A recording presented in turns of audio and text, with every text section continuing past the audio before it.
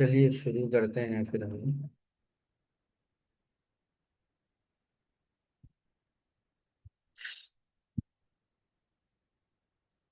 بسم اللہ الرحمن الرحیم۔ یہ آسان نحو کا دوسرا حصہ ہے۔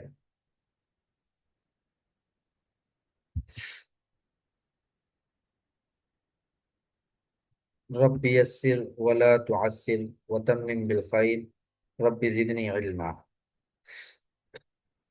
رب یسر ولا تعسر وتمم بالخیر رب زدنی علما۔ پہلا سبق، علم نحو۔ علم نحو کس کو کہتے ہیں؟ علم نحو کی تعریف کی جا رہی ہے کہ علم نحو کس کو کہا جاتا ہے، اسی طرح علم نحو میں کیا سکھلایا جاتا ہے۔ تو علم نحو اس علم کو کہا جاتا ہے جس میں اسم فعل اور حرف کو جوڑ کر جملہ بنانے کا طریقہ معلوم ہے۔ جس میں اسم فعل اسم فعل اور حرف کو جوڑ کر جملہ بنانے کا طریقہ معلوم ہو۔ دیکھیے، آپ مثال کے طور پر آپ کے پاس جو ہے ایک اسم ہے، ایک فعل ہے، ایک حرف ہے۔ اب آپ کو پتہ ہی نہیں کہ اس کو کیسے جوڑ کر جملہ بنانا ہے، ان تینوں کو جوڑ کر کیسے جملہ بنانا ہے۔ یعنی یہ کہ اسم کب لایا جائے گا، فعل کب لایا جائے گا اور حرف کب لایا جائے گا، یہ معلوم ہی نہیں ہے، تو آپ جملہ کیسے بنائیں گے؟ تو علم نحو کے اندر یہی سکھلایا جاتا ہے کہ اسم اور فعل اور حرف کو جوڑ کر جملہ کیسے بنایا جائے، اسم کو کہاں رکھا جائے، فعل کو کہاں لایا جائے اور حرف کو کہاں لایا جائے، یہ اس علم کے اندر بتلایا جاتا ہے۔ آئیے اس کو ہم مثال سے سمجھ لیتے ہیں۔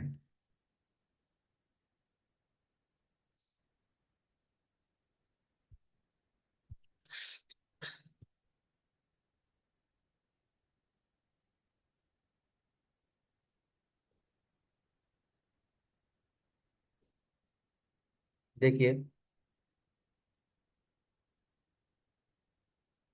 علم نحو کس کو کہتے ہیں؟ تو علم نحو اس علم کو کہا جاتا ہے جس میں اسم فعل اور حرف کو جوڑ کر جملہ بنانے کا طریقہ معلوم ہو۔ دیکھیے یہاں پر آپ کے پاس ایک اسم ہے، ایک لفظ ہے المسجد، اسی طرح ایک لفظ ہے ذہب، اسی طرح ایک لفظ ہے الہ، اور ایک لفظ ہے خالد۔ تو یہ تینوں الگ الگ لفظ ہیں۔ اس میں جو المسجد ہے یہ اسم ہے، اور ذہب جو ہے یہ فعل ہے، اسی طرح الہ جو ہے یہ حرف ہے، اور خالد یہ اسم ہے۔ تو یہ جو ہے تین چار لفظ ہیں آپ کے پاس، اس میں سے کوئی اسم ہے، کوئی فعل ہے، کوئی حرف ہے۔ اب یہ چاروں لفظ ہیں آپ کے پاس۔ اب آپ کو جو ہے اس سے جملہ بنانا ہے۔ اب وہ کہہ دیا جائے کہ آپ کو اس سے جملہ بنانا ہے، تو آپ اگر علم نحو نہیں پڑھے ہوں گے تو آپ جو ہے اس سے کبھی بھی جملہ نہیں بنا سکتے۔ کیوں؟ اس لیے کہ آپ کو پتہ ہی نہیں ہے کہ اسم کو کب لایا جائے، فعل کو کب لایا جائے اور حرف کو کب لایا جائے، تو یہ پتہ ہی نہیں ہے، تو آپ جملہ نہیں بنا سکتے ہیں۔ تو علم نحو یہی سکھاتا ہے ہمیں کہ المسجد کو کب لایا جائے، ذہب کو کب لایا جائے، اسی طرح الہ کو کب لایا جائے، اسی طرح خالد کو کب لایا جائے، یہ ہم کو علم نحو بتلاتا ہے، سکھلاتا ہے۔ تو علم نحو میں یہی سکھایا جاتا ہے۔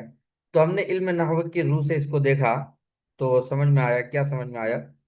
کہ ہم کہنا چاہ رہے ہیں کہ خالد مسجد کی طرف گیا، خالد مسجد کی طرف گیا، یہ تو اردو میں ہوا۔ اب اس کو عربی میں بنانا ہے، تو اب اس کو عربی میں بنانے کے لیے علم نحو کا ہم نے سہارا لیا۔ تو علم نحو کہتا ہے کہ سب سے پہلے فعل کو لاؤ، سب سے پہلے فعل کو لاؤ، اس کے بعد فاعل کو لاؤ، اس کے بعد جو ہے کوئی حرف ہے تو حرف کو لاؤ، اس کے بعد اس حرف کا اگر کوئی اس حرف سے متعلق کوئی اسم ہے یا کوئی فعل ہے تو اس کو لے کر آؤ۔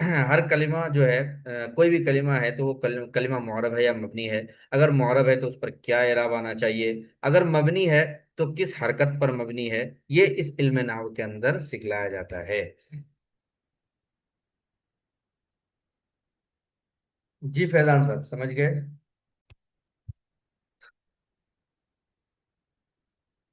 موضوع، موضوع یعنی علم نحو کا موضوع کیا ہے؟ تو علم نحو کا موضوع سمجھنے سے پہلے آپ موضوع کو سمجھ لیجئے کہ موضوع کا کیا مطلب ہے۔ دیکھیے، آپ نے سنا ہوگا کہ آپ کسی بیان میں جاتے ہیں تو بیان میں آپ کو پوچھا جاتا ہے آپ جو بیان میں گئے تھے، حضرت کا خطابت کا، حضرت کی تقریر کا موضوع کیا تھا؟ تو کہتا ہے کہ موضوع تھا سیرت النبی۔ موضوع کیا تھا؟ سیرت النبی، یا سیرت صحابہ، یا عظمت خلفائے راشدین، اس طرح ان کا موضوع تھا۔ تو کوئی بھی چیز ہوتی ہے تو اس کا کوئی نہ کوئی ایک موضوع ہوتا ہے۔ کوئی بھی، مثال کے طور پہ کوئی آپس میں دو لوگ اگر بحث کر رہے ہیں، دو لوگ باتیں کر رہے ہیں، تو اس کا بھی کوئی نہ کوئی موضوع ہوتا ہے، چاہے غیبت ہی کیوں نہ کر رہے ہو، نعوذ باللہ، تو کوئی نہ کوئی وہ موضوع رکھتے ہیں اپنے آپ درمیان میں۔ تو کچھ نہ کچھ موضوع ضرور ہوتا ہے، تو اسی طرح علم نحو کا بھی موضوع ہے۔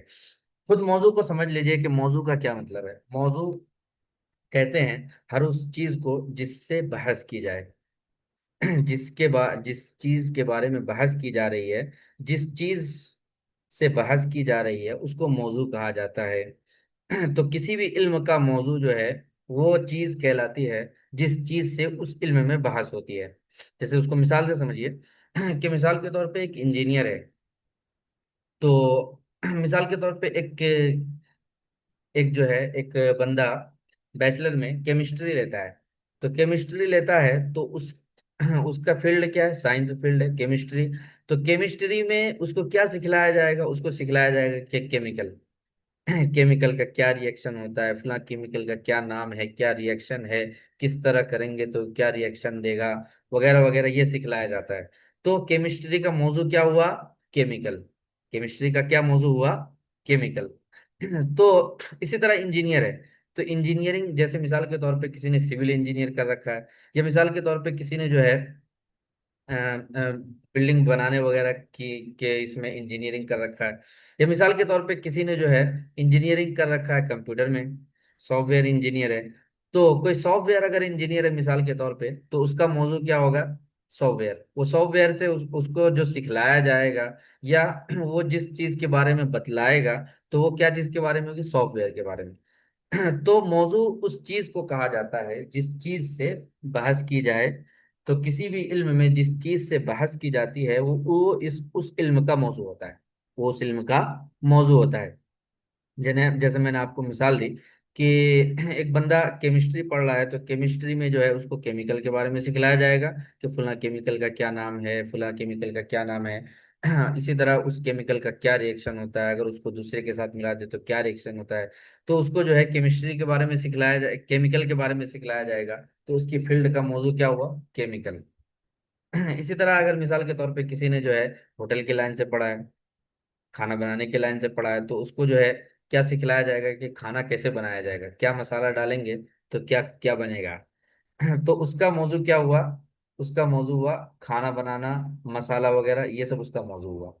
تو خیر، کسی بھی علم کا موضوع وہ چیز کہلاتی ہے جس چیز سے اس علم میں بحث کی جاتی ہے، اس کو موضوع کہا جاتا ہے۔ تو علم نحو کا موضوع کیا ہے؟ یعنی علم نحو میں کس چیز سے بحث کی جاتی ہے وہ سمجھ لیجئے۔ تو علم نحو میں دو چیزوں سے بحث کی جاتی ہے، ایک کلمہ اور کلام، یہی دو چیزیں ہوتی ہیں ہر جگہ، یہی دو چیزیں ہوتی ہیں۔ یا تو کوئی بھی انسان جو ہے ایک لفظ بولے گا یا ایک سے زائد لفظ بولے گا، ایک لفظ بولے گا یا ایک سے زائد لفظ بولے گا۔ اگر ایک لفظ بولتا ہے تو کلمہ ہے، اور ایک سے زائد لفظ بولتا ہے اور اس میں ربط بھی ہے، یعنی اسناد کی نسبت بھی ہے، یا اسی طرح اس میں جو ہے یا اسی طرح اس میں جو ہے کوئی اور نسبت ہے، تو وہ کلام ہے۔ تو خیر، کوئی بھی انسان جو ہے یا تو ایک کلمہ بولتا ہے، ایک لفظ بولتا ہے، یا ایک سے زائد لفظ بولتا ہے۔ تو اسی لیے علم نحو کا موضوع جو ہے یہ ٹھہرا کہ علم نحو میں بحث کی جاتی ہے کلمہ اور کلام سے۔ تو علم نحو کا موضوع ہے کلمہ اور کلام، علم نحو کا موضوع ہے کلمہ اور کلام۔ موضوع کو اچھے سے سمجھیے. ابھی تک آپ نے جو بھی پڑھا ہے تو آپ دیکھیے کہ آپ نے پڑھا ہے تو آپ نے یا تو مفرد پڑھا ہے یا مرکب پڑھا ہے. اور عام طور سے میں کہتا ہوں کہ عام طور سے آپ نے مرکب ہی پڑھا ہے. دیکھیے مرکب اضافی، مرکب توصیفی، اسی طرح آپ اس میں بھی اور مرکب کی قسمیں پڑھیں گے.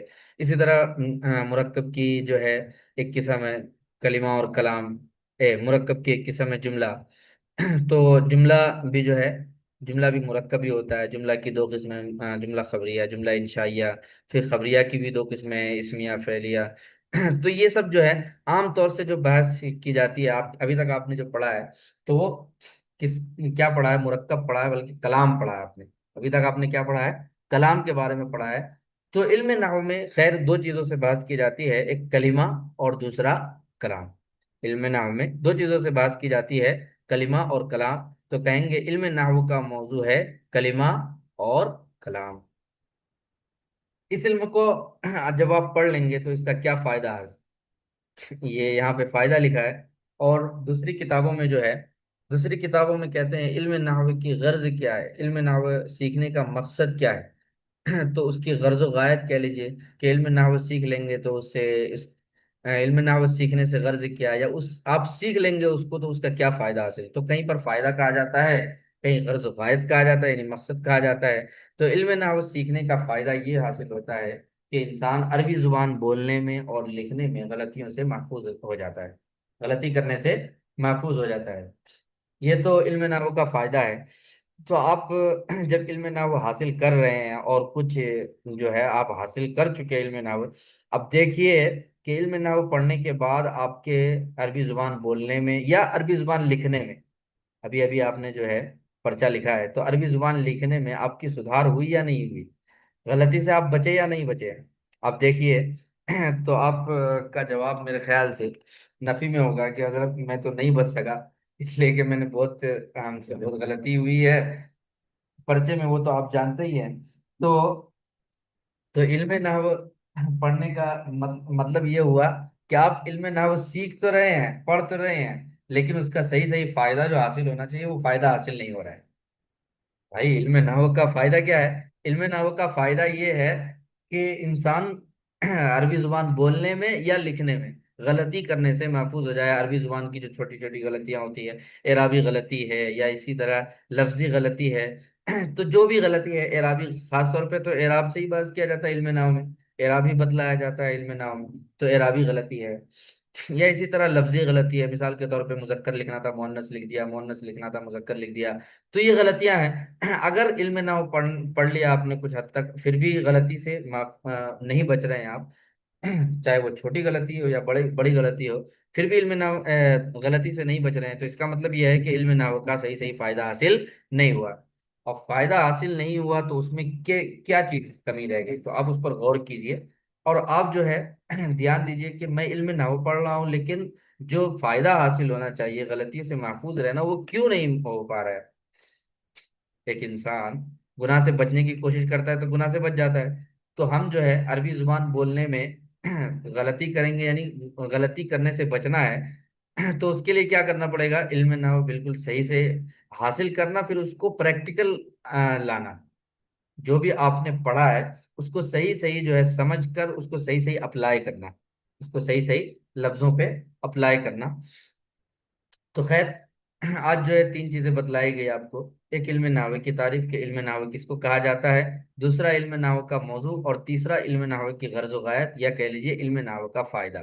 تو علم نحو آپ حاصل کر رہے ہیں تو آپ کو یہ فائدہ حاصل ہونا چاہیے کہ آپ عربی زبان بولنے میں اور عربی زبان لکھنے میں غلطی کرنے سے محفوظ ہو جائیں. جی.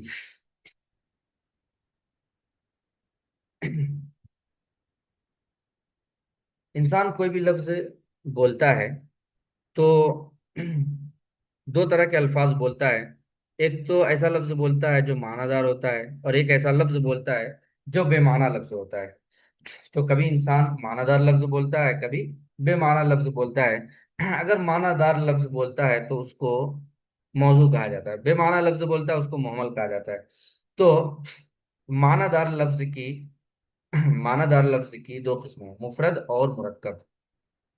معنادار لفظ کی دو قسمیں ہیں، مفرد اور مرکب، یعنی انسان جو ہے کبھی کبھار جو ہے ایک ہی لفظ بولتا ہے، ایک ہی کلمہ بولتا ہے، اور کبھی جو ہے ایک سے زائد کلمہ بولتا ہے تو اگر ایک ہی لفظ بولتا ہے تو مفرد ہے، اور ایک سے زائد لفظ بولتا ہے تو اس کو مرکب کہا جائے گا مفرد کا دوسرا نام کلمہ ہے، مفرد کا دوسرا نام کلمہ ہے پھر کلمے کی تین قسمیں ہیں، تو آپ جو ہے چاہے کہہ لیجئے کہ مفرد کی تین قسمیں ہیں، یا کہہ لیجئے کہ کلمہ کی تین قسمیں، دونوں ایک ہی باتیں ہیں۔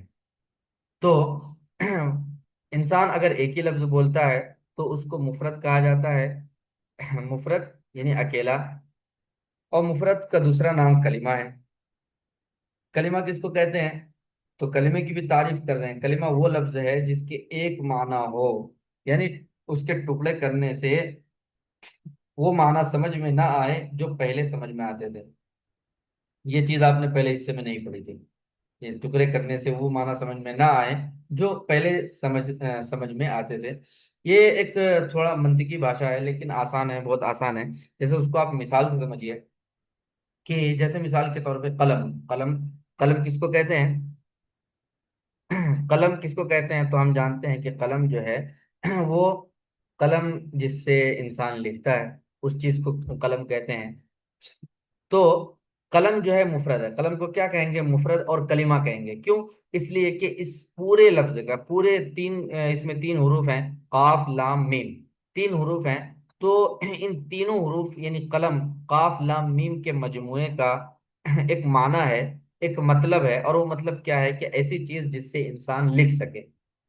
قلم جس سے انسان لکھتا ہے اس کو قلم، تو لکھنے کا ایک آلہ ہے قلم، تو اس کو قلم کہا جاتا ہے۔ تو اس سے ایک معنی سمجھ میں آ رہا ہے، وہ معنی کیا ہے؟ پین، پین سمجھ میں آ رہا ہے، قلم قلم ان سے، تو قلم کو کیا کہیں گے؟ مفرد کہیں گے، اس لیے کہ اس پورے سے ایک معنی سمجھ میں آ رہا ہے۔ اب مثال کے طور پہ میں اس کو توڑ دوں، میں کہوں کہ قاف الگ ہے، لام الگ ہے، میم الگ ہے تو اب اس کا معنی سمجھ میں ہی نہیں آئے گا، بھائی قاف سے کیا کہنا چاہتے ہیں آپ، لام سے کیا کہنا چاہتے ہیں، میم سے کیا کہنا چاہتے ہیں، تو کچھ سمجھ میں معنی نہیں آ رہا۔ تو اگر میں توڑ دوں اس کو، میں کہوں کہ صرف قاف کہوں، یا صرف لام کہوں، یا صرف میم کہوں، تو اس سے کچھ بھی معنی سمجھ میں نہیں آئے گا۔ تو اس کو تو دیکھیے جب میں نے اس کو ٹکڑے کر دیا، تو ٹکڑے کرنے سے وہ معنی سمجھ میں نہیں آ رہا جو پہلے سمجھ میں آ رہا تھا۔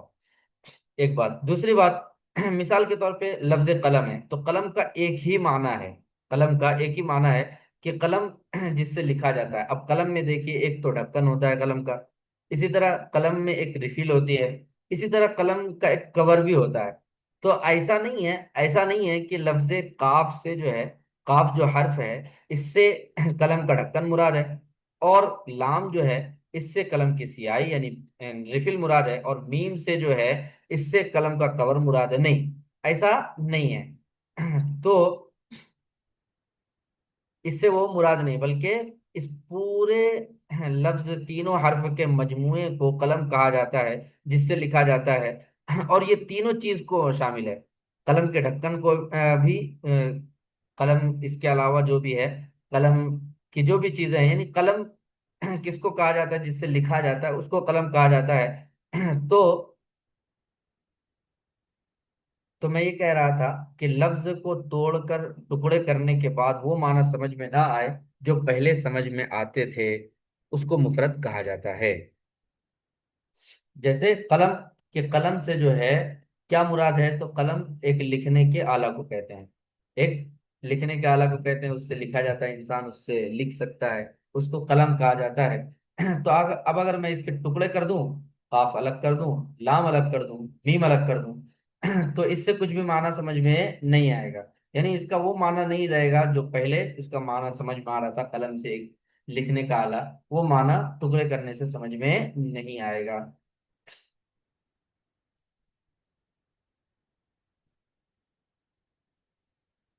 تو مفرد اس کو کہتے ہیں، کلمہ اس کو کہتے ہیں جس کے ایک معنی ہو، یعنی لفظ کو اگر ٹکڑے کر دیا جائے تو اس کا وہ معنی سمجھ میں نہ آئے جو پہلے سمجھ میں آ رہے تھے۔ پھر کلمہ کی یعنی مفرد کہہ لیجیے، مفرد کی یا کلمہ کی تین قسمیں ہیں، اسم، فعل اور حرف۔ کلمے کی تین قسمیں ہیں، اسم، فعل اور حرف۔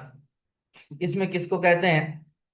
تو آپ نے پڑھ رکھا ہے کہ اسم اس کلمے کو کہا جاتا ہے جس کے معنی مستقل ہوں، اور اپنے صیغے سے تینوں زمانوں میں سے کسی زمانے پر دلالت نہ کر رہا ہو۔ تو اس میں اس اسم کی تعریف کے دو جز ہیں، اسم کی تعریف کے دو جز ہیں۔ ایک تو اسم وہ کلمہ ہے جس کے معنی مستقل ہوں۔ مستقل ہونے کا مطلب کیا ہے؟ مستقل ہونے کا مطلب یہ ہے کہ اس کا معنی خود بخود سمجھ میں آ رہا ہو، اس کا معنی سمجھنے کے لیے دوسرا کلمے کو ملانے کی ضرورت نہ ہو، اسی اس کے معنی کو سمجھنے کے لیے دوسرے کلمے کو ملانے کی ضرورت نہ ہو، تو اسم اس کو کہا جاتا ہے جس کا معنی مستقل ہو، یعنی جس کے معنی خود بخود سمجھ میں آ جائیں، اس کو سمجھنے کے لیے دوسرا کلمہ کوئی بھی دوسرا کلمہ ملانے کی ضرورت نہ ہو۔ تو ایک جز یہ ہو گیا کہ اسم اس کو کہتے ہیں جس کا معنی خود بخود سمجھ میں آ جائے، اور دوسری چیز اس میں تینوں زمانوں میں سے کوئی زمانہ نہ پایا جاتا ہو، اس میں اس کو کہتے ہیں جو اپنے سیگے یعنی وزن سے تینوں زمانوں میں سے کسی ایک زمانے پر دلالت نہ کر رہا ہو، ایک یا دو زمانے پر، کم سے کم ایک زمانے پر۔ تو خیر، اپنے سیگے اور وزن سے جو ہے تینوں زمانوں میں سے کسی زمانے پر دلالت نہ کرو، جیسے مثال کے طور پہ کتاب، کیا لفظ ہے؟ کتاب۔ کتاب جو ہے یہ اسم ہے، اس لیے کہ اس کا معنی خود بخود سمجھ میں آ رہا ہے۔ کتاب ہم جانتے ہیں کہ کتاب کیا چیز ہوتی ہے، پڑھنے کی چیز ہوتی ہے، اس میں بہت ساری چیزیں لکھی ہوتی ہیں، بہت سارے آرٹیکلس لکھے ہوتے ہیں، اس میں بہت سارے آرٹیکلس لکھے ہوتے ہیں۔